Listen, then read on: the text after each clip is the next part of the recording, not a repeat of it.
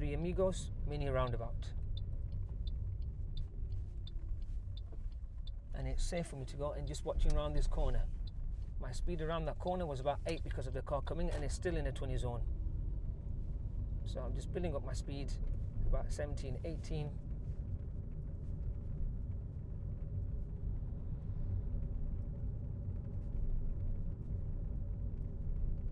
On this road there is no 30 sign. Normally you have a 30 sign after the 20 sign that's flashing.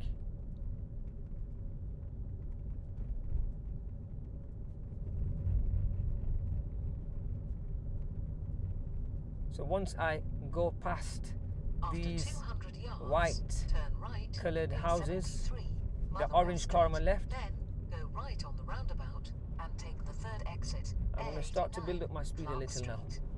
So we're turning right, you mentioned. Check my mirror, signal right. Turn right.